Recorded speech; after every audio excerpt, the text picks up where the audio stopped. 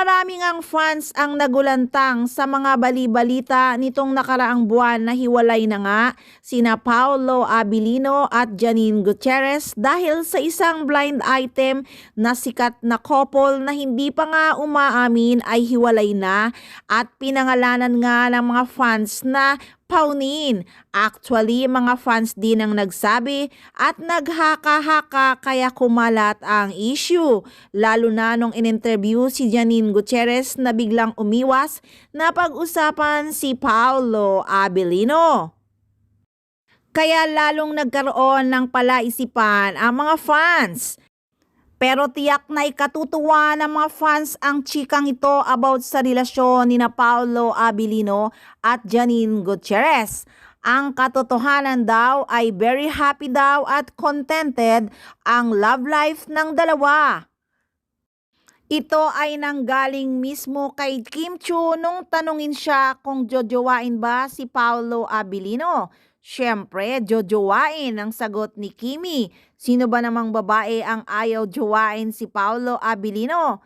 Pero siyempre, bumawi si Kimi na happy at contented na sila ni Paolo Abilino sa kanilang love life. Ibig sabihin, happy at contented na nga si Kim kay Sian Lim. May mga jowa naman na kami. Ay, ako, may jowa. Siya din, masaya naman na din siya sa state of love life niya. Correct. So, pareho naman kami very contented and very much happy. Happily in love. Yeah.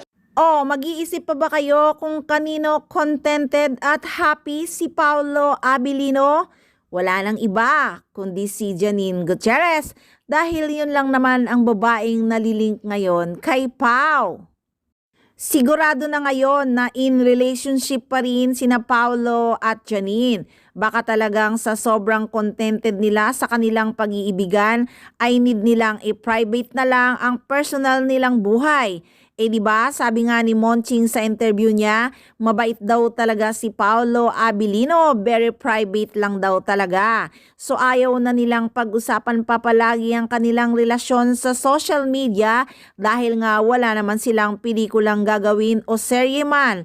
At rules yan ng ABS-CBN na hindi sila ang pag-usapan dahil wala naman silang ginagawa na teleserye or pelikula na magkatambal.